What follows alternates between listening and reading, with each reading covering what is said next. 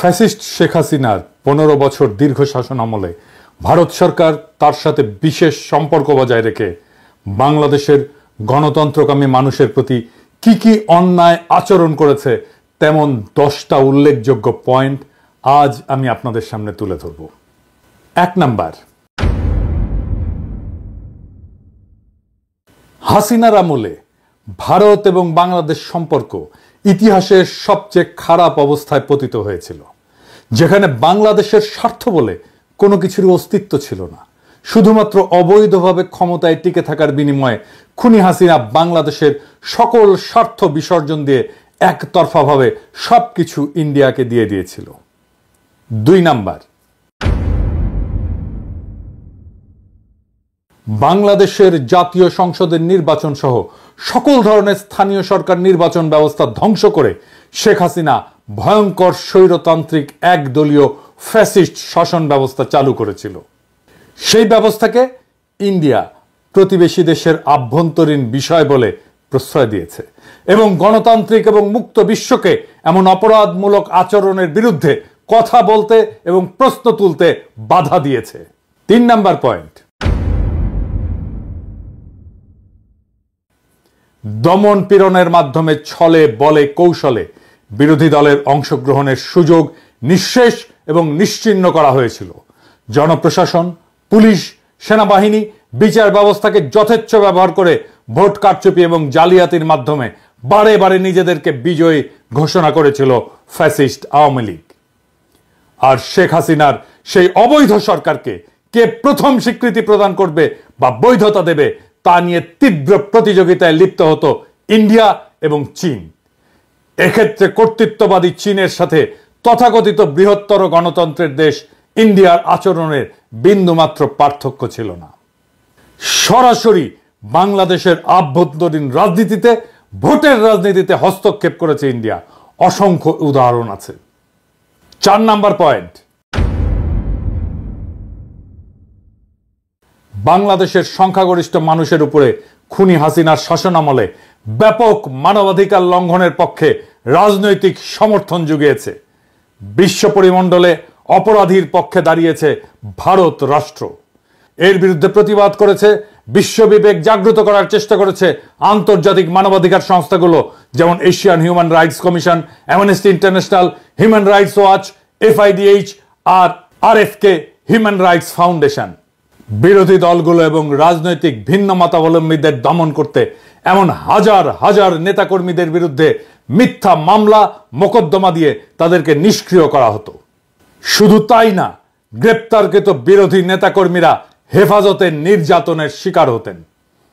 অনেকে কারাগারে চিকিৎসার অভাবে এবং নির্যাতনে মারা গেছেন। বিরোধী দলীয় সমাবেশ এবং আন্দোলনের উপরে সরকার সমর্থিত বাহিনী নিয়মিতভাবেই সংঘবদ্ধ হামলা করেছে এবং সকল ক্ষেত্রেই এইসব অপরাধীরা বিচার থেকে রেহাই পেয়েছে।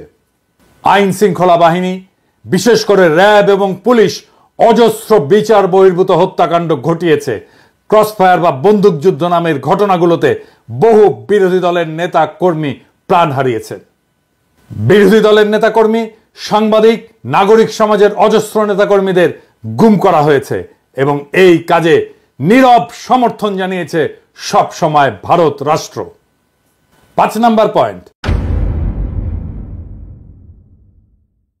সাংবাদিক এবং মানবাধিকার কর্মীদের উপরে ডিজিটাল সিকিউরিটি অ্যাক্ট ব্যবহার করে হয়রানি এবং গ্রেপ্তারের ঘটনা অহরহই ঘটেছে।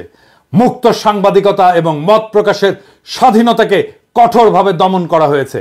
সরকারের বিরুদ্ধে সমালোচনা করা ব্যক্তিদেরকে গ্রেপ্তার করা, আটককৃতদের নির্যাতনের শিকার হওয়ার ঘটনা ছিল নিত্য নৈমিত্তিক বিষয় এবং অসংখ্য মানুষকে দেশ ছাড়া করা হয়েছে। মানবাধিকার রক্ষা করতে চাওয়া ব্যক্তি এবং সংস্থাগুলোকে নিয়মিত হুমকি, নজরদারি এবং প্রশাসনিক হয়রানির মুখোমুখি হতে হয়েছে। মানবাধিকার সংস্থা অধিকারকে বন্ধ করে দেওয়া হয়েছে। শুধু রাজনৈতিক সমর্থনই না, খুনি হাসিনা সরকারের এমন সকল ধরনের অপরাধমূলক কর্মকাণ্ডে সার্বিক সহায়তা করে গোয়েন্দা তথ্য জুগিয়ে এবং নির্যাতনের নানান কৌশল শিখিয়ে প্রশিক্ষণ দিয়েছে ভারতীয় কর্তৃপক্ষ। এখনো বাংলাদেশের বাহিনীগুলোর মধ্যে ভারতীয় অফিসারেরা প্রশিক্ষক হিসেবে আছে বলে অসমর্থিত সূত্রে জানা যাচ্ছে, অন্তত 2 জনের পার্টিকুলার আমি পেয়েছি, ভেরিফাই করছি। বাংলাদেশের রাজনৈতিক কর্মী, রাজনৈতিক নেতা, এমনকি বাংলাদেশের আদালতের সাক্ষ্যকে আদালতের সামনে থেকে ছিনতাই করে গুম করে নিয়ে তাদেরকে ভারতে পাচার করা হয়েছে। বিএনপি নেতা সালাউদ্দিন সাহেবকে বাসা থেকে গ্রেপ্তারের পরে তাকে ভারতের সিমলায় পাওয়া যায়। মৌলানা সাইদির মামলায় আদালতের সামনে থেকে সাক্ষীকে ছিনতাই করে তাকে ভারতের জেলে ঢোকানো হয়। 6 নাম্বার পয়েন্ট, ফারাক্কা চুক্তি মোতাবেক বাংলাদেশকে যে পরিমাণে পানি দেওয়ার কথা সেই পানি পাওয়া যায়নি। শুধু তাই না, তিস্তা সহ একটা নদীরও পানি চুক্তি সম্পন্ন করা হয়নি। ইন্ডিয়া থেকে আসা সব কয়টি অভিন্ন আন্তর্জাতিক নদীতে বাঁধ দিয়ে পানি প্রবাহ আটকে ফেলেছে ভারত। সেদেশের অভ্যন্তরে বাঁধ নির্মাণের ফলে বাংলাদেশের নদীগুলো সব গেছে মরে। নদী আমাদের প্রাণ, আমাদের প্রধান যোগাযোগের মাধ্যম, জীবিকা আর প্রোটিনের উৎস, সেইটা পুরোপুরি ধ্বংস করে দিয়েছে ভারত, যা বাংলাদেশের জনগণের মধ্যে তীব্র অসন্তোষ তৈরি করেছে। 7 নাম্বার পয়েন্ট, নানা ধরনের ছলচাতুরি করে ট্যারিফ বসিয়ে ভারতের বাজারে বাংলাদেশি পণ্য ঢুকতে বাধা সৃষ্টি করেছে, আর উল্টো দিকে বাংলাদেশের বাজার ভারতীয় পণ্য দিয়ে সয়লাভ করে দিয়েছে। ফলে 2 দেশের বাণিজ্যে ভারসাম্যহীনতা দীর্ঘদিন ধরে বিদ্যমান, যা বাংলাদেশে অর্থনৈতিক অসন্তোষ সৃষ্টি করেছে। 8 নাম্বার পয়েন্ট, বিএসএফ কর্তৃক বাংলাদেশ সীমান্তে নিয়মিতভাবে এদেশের নাগরিকদের হত্যা করা ভারতীয়দের কাছে একটা কৃতিত্বের ঘটনায় পরিণত হয়েছে। খুনি হাসিনা নিজে, তার স্বরাষ্ট্র সহ অন্যান্য মন্ত্রীরা, এমনকি ডিজি সহ বিজেপির শীর্ষ কর্মকর্তারা এই জন্যে নিহত এবং আহতদের দায়ী করতেন। নির্লজ্জ এই সমস্ত দালালদের কে বুঝাবে যে অবৈধভাবে সীমান্ত পাড়ি দেওয়ার অপরাধে একজন মানুষকে বিনা বিচারে মৃত্যুদণ্ডে দণ্ডিত করা যায় না। ইন্ডিয়ার এমন সকল ভয়াবহ অমানবিক আচরণ তাদের প্রতি বাংলাদেশের মানুষের ঘৃণা আকাশস্পর্শী করেছে এবং প্রতিরোধের স্পৃহা গড়ে উঠেছে। তাদের আসাম রাজ্যের এনআরসি কার্যক্রম শেষে ভারত সরকার খুবই অন্যায্য এবং অন্যায়ভাবে সেখানে বাংলাদেশ থেকে অভিবাসী যাওয়ার অভিযোগ তুলে দোষারোপ এবং চাপ সৃষ্টি করেছে। শুধু তাই না, বিজেপির প্রধান নেতা অমিত শাহ বাংলাদেশিদেরকে উই পোকার সাথে তুলনা করেছে এবং বাংলাদেশিদেরকে উল্টো করে ঝুলিয়ে রাখার কথা বলেছে। 9 নাম্বার পয়েন্ট, শুরু থেকেই ইন্ডিয়া রোহিঙ্গা গণহত্যাকারীদের পক্ষ অবলম্বন করেছে। একজন রোহিঙ্গা শরণার্থীকে তারা ভারতীয় সীমানায় ঢুকতে বা আশ্রয় নিতে দেয়নি এবং রোহিঙ্গাদের খালি করে দেওয়ার পরে ওই জায়গায় গিয়ে ভারত তার সমস্ত ব্যবসাপাতি নিয়ে বসিয়েছে। ব্যবসা বাণিজ্য চলছে তুমুলভাবে। রোহিঙ্গা সমস্যায় ভারত সবসময় মায়ানমারের পক্ষে এবং বাংলাদেশ বিরোধী বৈরী ভূমিকায় অবতীর্ণ হয়েছে। 10 নাম্বার, খুনি হাসিনার অবৈধ সরকারকে ক্ষমতায় বসিয়ে রেখে ইন্ডিয়া তাদের জন্য সুবিধাজনক শর্ত জুড়ে দিয়ে বাংলাদেশের স্বার্থবিরোধী অজস্র চুক্তি স্বাক্ষর করিয়ে রেখেছে। বাংলাদেশের স্বার্থবিরোধী এমন সব চুক্তিতে ভারতের পক্ষে লাভ এবং সুবিধাজনক শর্ত লিপিবদ্ধ করা হয়েছে।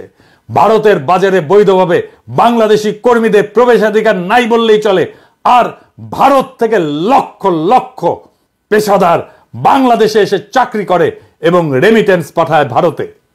শুধু পানি নির্ভরতাই নয়, বাংলাদেশের খাদ্য, বিদ্যুৎ, জ্বালানি নিরাপত্তা ধ্বংস করে দেওয়া হয়েছে।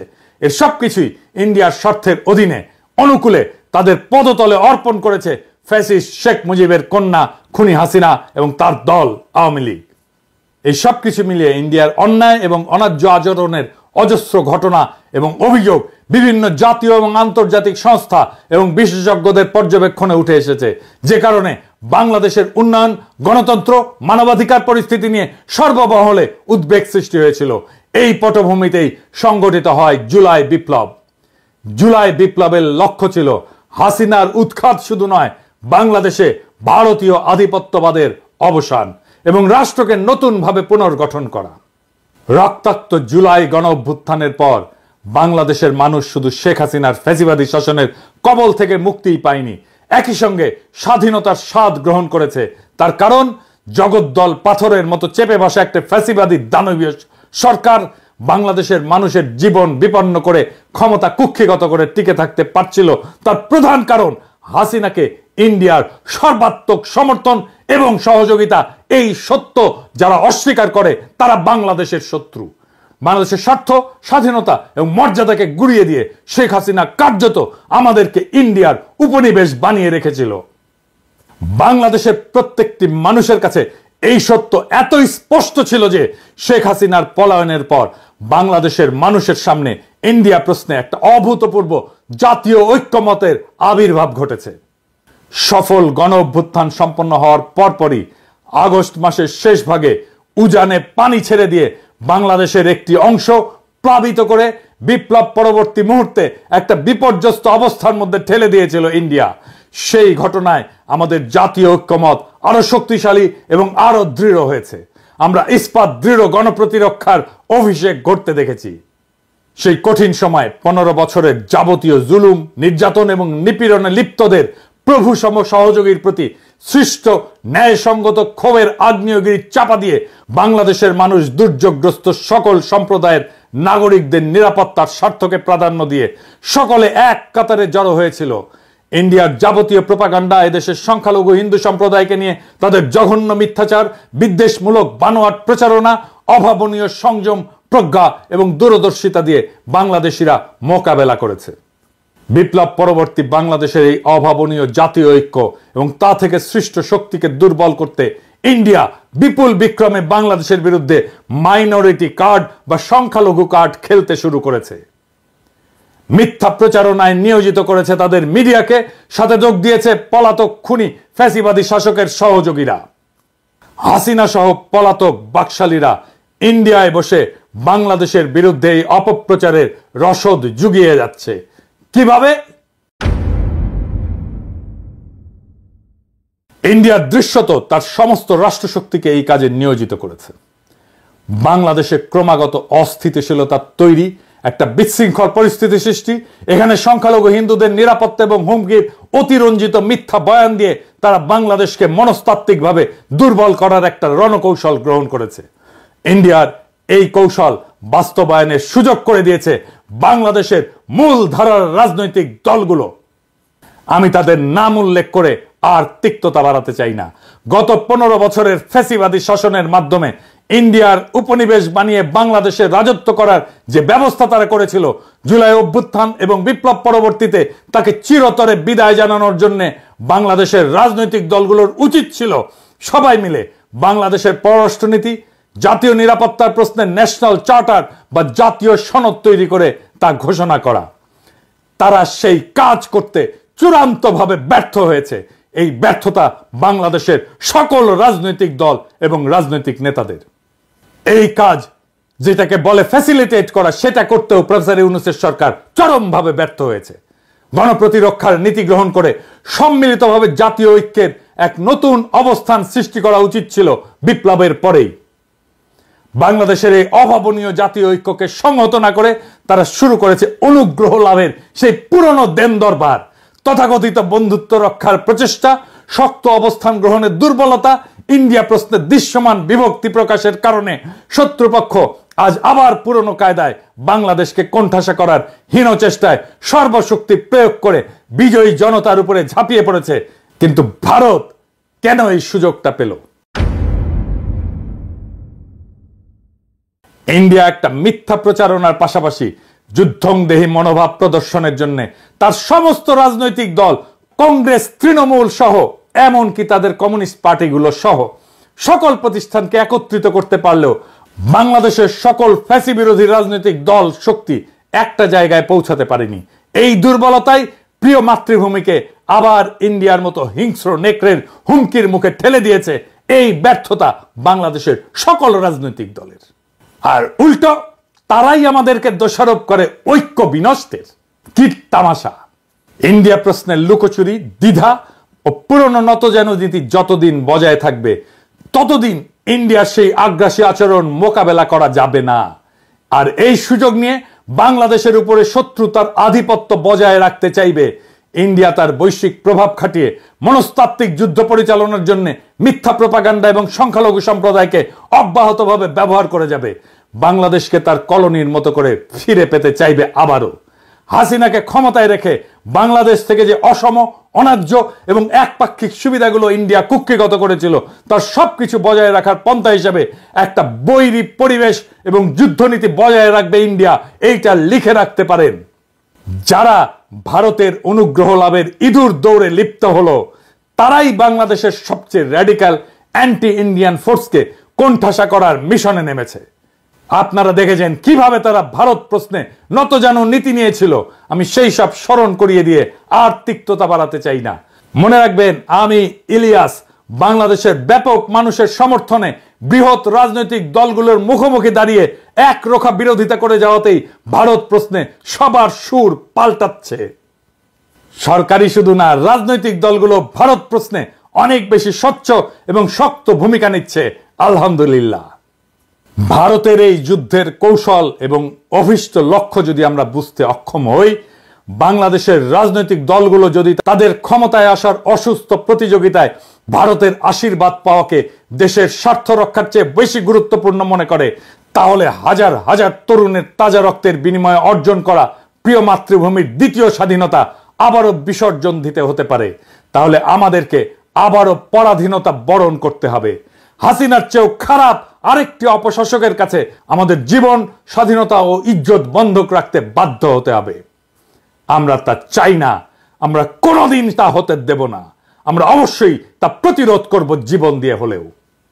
বাংলাদেশ শুধু একটা ভূখণ্ড না, এটি একটি জ্বলন্ত আদর্শ, একটা সংগ্রামের প্রতীক।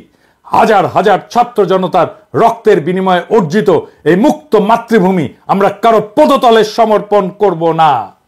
দেশবাসীকে আহ্বান জানিয়ে বলতে চাই, গণ অভ্যুত্থান এবং জুলাই বিপ্লবে অংশগ্রহণকারী সকল রাজনৈতিক দল, ছাত্র জনতার সংস্থাগুলো একসাথে বসে ভবিষ্যতের জন্য এদেশের বৈষম্য বিরোধী উন্নয়নের নীতি কৌশল নির্ধারণ, অভিন্ন পররাষ্ট্রনীতি, প্রতিরক্ষা নীতি প্রণয়ন করতে হবে। এটাই হবে আমাদের ঐক্যের ভিত্তি। দেশবাসীকে আহ্বান জানিয়ে বলতে চাই, গণ অভ্যুত্থান এবং জুলাই বিপ্লবে অংশগ্রহণকারী সকল রাজনৈতিক দল এবং ছাত্র জনতার সংস্থাগুলো বসে 3টা সনদ লিখতে হবে। কি কি? উন্নয়নের নীতি, পররাষ্ট্রনীতি, প্রতিরক্ষা নীতি। এই 3টাই হবে আমাদের ঐক্যের ভিত্তি। ঐক্য নষ্ট করতেছি বলে যারা চিল্লান, দেখে এইটা করতে পারেন কিনা, এটা করার হিম্মত হয় কিনা। যদি চান এটা লিখে দিতেও পারি।